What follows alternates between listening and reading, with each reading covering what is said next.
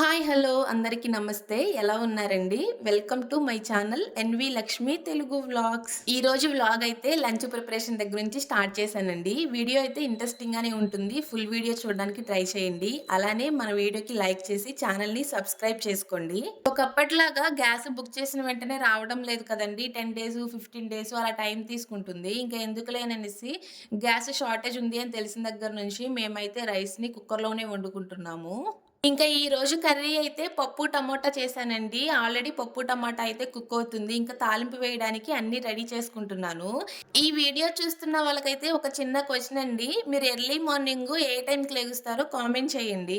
నేనైతే ప్రతిరోజు 5కి లేవాలి అనుకుంటానండి. అలారం కూడా పెట్టుకుంటాను. బట్ అలారం మోగిన వెంటనే లేచి ఆఫ్ చేసి మళ్ళీ పడుకుంటాను. ప్రతిరోజు ఇదే అవుతుంది. మామూలుగా అయితే ఎర్లీ మార్నింగ్ లేవాల్సిన అవసరం అయితే నాకు లేదండి. మా పిల్లలు ఇంకా స్కూల్‌కి వెళ్ళడం లేదు. అలానే మా హస్బెండ్‌కి కూడా బ్రేక్‌ఫాస్ట్ ఏమీ ప్రిపేర్ చేయాల్సిన అవసరం లేదు. కానీ మా చిన్న పాప లేచేసరికి 7:30, 8 అలా అయిపోతుందండి. తను లేచిన దగ్గర నుంచి మళ్ళీ నైట్ పడుకునే వరకు కూడా తను ఎత్తుకొని తిరుగుతూనే ఉండాలి. లేదు అంటే తన పక్కన అలా పడుకుని ఉండాలి. లేదు అంటే కంటిన్యూయస్‌గా ఏడుస్తూనే ఉంటుంది. మధ్య మధ్యలో ఒక పావుగంట, అరగంట పడుకుంటుంది గానీ, ఆ పావుగంటలో, అరగంటలో నాకు ఇంటి పని చేసుకోవడానికి సరిపోతుంది గానీ, వంట చేసుకునేంత టైం ఉండడం లేదు. మా చిన్న పాప లేచేసరికి ఎలానో మార్నింగ్ 8 అవుతుంది కదండీ! నేను 5కి లేచినా ఈ 3 అవర్స్ గ్యాప్‌లో ఇంటి పని, వంట పని చేసుకొని రెడీగా ఉంటే సరిపోతుంది కదా అనుకుంటాను. ఇలా అనుకుని ప్రతిరోజు 5కి అలారం పెడతాను. దాన్ని ఆఫ్ చేయడం, మళ్ళీ పడుకోవడం, మళ్ళీ నేను లేట్‌గా లేవడం ఇదే జరుగుతుంది. యాక్చువల్‌గా నేను ఇదంతా ఎందుకు చెప్తున్నానంటే మార్నింగ్ బ్రేక్‌ఫాస్ట్ టైమ్ 8 కల్లా చేయాలి కదండీ! కానీ మేము 11, 12 ఆ టైంకి చేస్తాము బ్రేక్‌ఫాస్ట్. ఇంకా లంచ్ అయితే 3, 4 అలా అయిపోతుంది అండి. ఇంకా డిన్నర్ విషయానికొస్తే 12, 12:30 అలా అయిపోతుంది. అందుకే నేను వ్లాగ్స్‌లో ఎక్కడా కూడా టైం అయితే మెన్షన్ చేయనండి. ఈ లైఫ్‌నయితే కంప్లీట్‌గా చేంజ్ చేసుకోవాలి అనుకుంటున్నాను గానీ అసలు అవ్వడం లేదు. ఎర్లీ మార్నింగ్ లేవాలి అంటే అస్సలు లేవలేకపోతున్నానండి. మార్నింగ్ ఎర్లీగా లేవడానికి మీరు ఎలాంటి టిప్స్ ఫాలో అవుతారో కొంచెం కామెంట్ చేసి నాకు కూడా చెప్పండి. వంట మొత్తం కంప్లీట్ అయిపోయాక ముగ్గురం కలిసి కూర్చొనయితే తినేసామండి. ప్రతిరోజు మా హస్బెండ్ లంచ్ చేసిన తర్వాత 1 అవర్, 1 ½ అవర్ అలా రెస్ట్ తీసుకుంటాడు. ఈ గ్యాప్‌లో మా చిన్న పాపను కూడా పడుకోబెట్టేస్తాను మా హస్బెండ్ దగ్గర. ఆ పాప లేచేలోపే పని మొత్తం కంప్లీట్ చేయాలి అని చాలా స్పీడ్‌గా అయితే చేసుకుంటానండి. కొన్ని మడత పెట్టే బట్టలు ఉంటే అవి మడత పెట్టేసి హాల్‌లో ఉన్న బెడ్ మీద పెట్టేసాను. మళ్ళీ నేను బెడ్‌రూమ్‌లోకి వెళ్లి సర్దుకుంటూ ఉంటే ఆ సౌండ్‌కి వాళ్ళు లేచేస్తారు అని. ఇంకా నెక్స్ట్ అయితే 1 వీక్‌కి సరిపడా బ్యాటర్స్ అయితే ప్రిపేర్ చేసుకుంటానండి. ఇడ్లీ పిండి, దోస పిండి.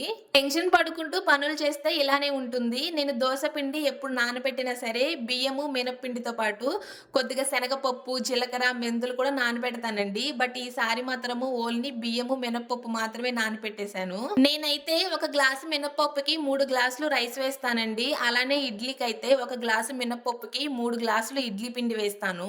ఇంతకు ముందు అయితే ఒక గ్లాస్‌కి 2 గ్లాసులు అలా వేసుకునేదాన్ని. బట్ ఇడ్లీ ఎందుకో సాఫ్ట్‌గా రావడం లేదండి. ఒకసారి 3 గ్లాసులు వేసి చూద్దాము అనేసి లాస్ట్ టైమ్ 3 గ్లాసులు వేస్తే పర్వాలేదు ఇడ్లీ అయితే సాఫ్ట్‌గానే వచ్చింది. ఇంకా పిండి నానబెట్టేసుకున్నాక నెక్స్ట్ అయితే అల్లం వెల్లుల్లి పేస్ట్ రెడీ చేసుకుంటున్నానండి. అల్లం ఎంత వేస్తామో వెల్లుల్లి కూడా అంతే వేస్తాము. ఇక్కడ అల్లాన్ని 180 గ్రాములు తీసుకున్నాను. ఇంకా వెల్లుల్లిని కూడా అదే క్వాంటిటీలో అయితే తీసుకున్నానండి. ఇది ఈజీగా నాకు 1 మంత్ అయితే వచ్చేస్తుంది.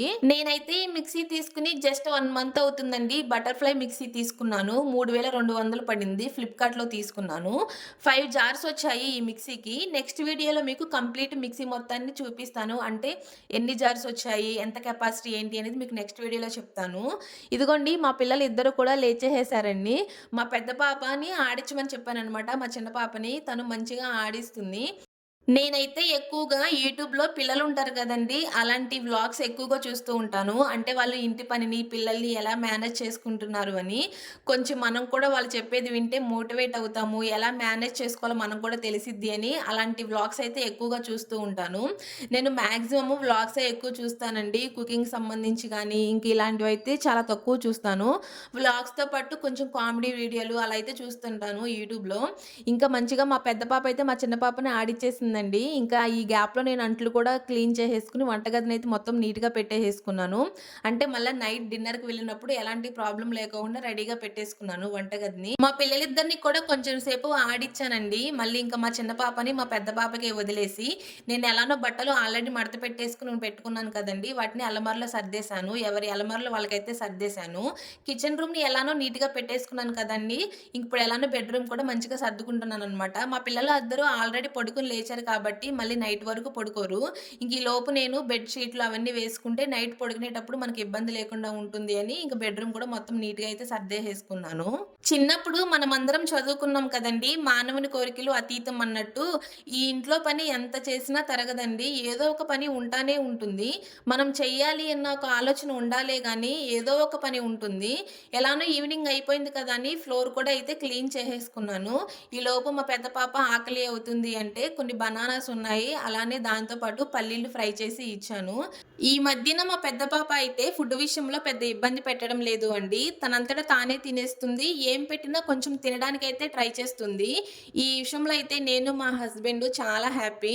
ఇంకా నెక్స్ట్ అయితే మా హస్బెండ్ డ్యూటీ నుంచి రాంగాల్నే ఫ్రిడ్జ్ వాటర్ అయితే ఖచ్చితంగా అడుగుతాడండి. ఇంక తన కోసమని ఫ్రిడ్జ్‌లో వాటర్ అయితే పెట్టేస్తున్నాను.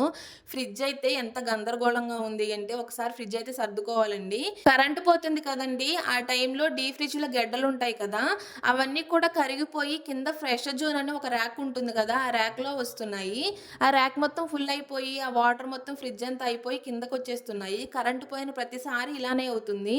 ఫ్రిడ్జ్ ఏమైనా రిపేర్‌కొచ్చిందా ఏమో నాకైతే అర్థం కావడం లేదు. ఫ్రిడ్జ్ కొన్న కొత్తలో అయితే ఇలా అయితే ఏమీ ఉండేది కాదండి. ఈ రీసెంట్ టైమ్‌లోనే ఇలా ఉంటుంది. ఇంకా నెక్స్ట్ అయితే మా పాపకి ఇదిగోండి ఒక బనానా, కొద్దిగా పల్లీలైతే ఫ్రై చేసి ఇచ్చేసాను. నాకే ఎక్కువ పని ఉంటుంది బాబు అనుకుంటే, నైట్ నేను చపాతీలు వేసేసి ఆయిల్‌లో అంటే గిన్నెలో ఆయిల్ వదిలేసేసి అక్కడ పెట్టేసానండి. చపాతీకి మనము ఆయిల్ అప్లై చేసే బ్రష్ ఉంటది కదా! దాన్ని కూడా ఆ గిన్నెలో అలా వేసి ఉంచేసాను. మా పెద్ద పాప ఏం చేసింది, మొత్తం కూడా ఫ్లోర్‌కి చక్కగా అప్లై చేసేసింది. ఇంకా మా పాపకి స్నాక్స్ ఇచ్చేసేసి నేను కూడా కొంచెం సేపు రిలాక్స్ అయ్యానండి. ఎంకే టీవీ వాళ్ళు ఉంటారు కదా! ఫుడ్ వ్లాగర్సు, ఫుడ్ ఛాలెంజెస్ ఎక్కువగా చేస్తారు వాళ్ళు. వాళ్ళ వీడియో అయితే ఒకటి చూసాను ఈరోజు కొత్తది వస్తే.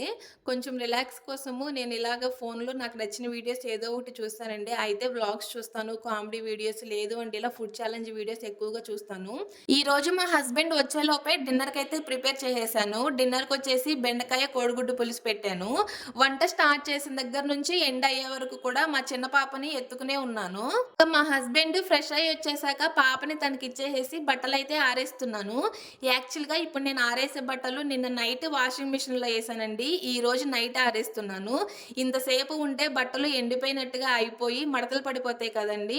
ఇంక అందుకే ఆరేసే ముందు ఒకసారయితే 20 మినిట్స్ మోడ్‌లో పెట్టేసేసి మళ్ళీ ఇంక ఇప్పుడైతే బట్టలు ఆరేస్తున్నాను. ఒక్కోసారి అయితే 2 డేస్, 1 ½ డే కూడా ఉంటుంది అండి. ఇదిగోండి చెప్పాను కదా! బెండకాయ కోడిగుడ్డు పులుసయితే పెట్టేసాను. నేనెంత పనిని ఎర్లీగా చేద్దామనుకున్నా మా ఇంట్లో పని అయితే అస్సలవ్వదండి. ఈరోజు కూడా 11 అయిపోయింది మేము డిన్నర్ చేసేసరికి. ఇంక బాగా లేట్ అయిపోతుంది కదా అనేసి మళ్ళా నేను ఫ్రెష్ అయ్యి వచ్చేలోపు ఇంకా లేట్ అయిపోతుంది అని ఇంక మా పాపకైతే కొంచెం వేసేసి కలిపేసి తనకిచ్చేసాను. ఇంక తనైతే తినేస్తూ ఉంటుందిలే మళ్ళా మాతో పాటు తింటే లేట్ అయిపోతుంది అనేసి. తనంతట తను ఫుడ్ అయితే తింటుంది కానీ లేట్‌గా తింటుంది అనమాట. ఇంక మా పక్కింటి వాళ్ళది బర్త్‌డే అయితే చిన్న కేక్ ఇచ్చారండి. నేను గనక ఇప్పుడు తనకి ఆ కేక్ చూపిస్తే ఫుడ్ తినడం ఆపేస్తుంది అని తన ఫుడ్ కంప్లీట్ అయ్యే వరకు కూడా ఆ కేక్ అయితే తనకి చూపించలేదు. నేను ఫ్రెష్ అయ్యి నేను మా హస్బెండ్ డిన్నర్ కంప్లీట్ అయ్యే వరకు కూడా మా పాపకి వేసిన ఆ కొంచెం అన్నానైతే కంప్లీట్ చేయలేకపోయింది తను. ఇంక ఇలా కాదులే అనేసి నేను తినేసి మళ్ళీ తనకు కూడా పెట్టేసాను. ఇంకా మా హస్బెండ్ పిల్లలిద్దరిని కూడా పడుకోబెట్టడానికి ట్రై చేస్తుంటే నేను మార్నింగ్ పప్పుని నానబెట్టేసాను కదండీ! మినపప్పుని. ఇంకా వాటినైతే గ్రైండర్‌కి అయితే వేసేసుకొని రెడీగా అయితే పెట్టేసుకున్నాను. ఇంకా వ్లాగ్ అయితే ఇంతేనండి. వీడియో నచ్చితే లైక్ చేసి మన ఛానల్‌ని సబ్స్క్రైబ్ చేసుకోండి. మన ఛానల్‌లో ఇలాంటి డైలీ వ్లాగ్స్, నాకు తెలిసిన కుకింగ్ వీడియోస్, ఇన్ఫర్మేటివ్ వీడియోస్ అయితే వస్తాయి.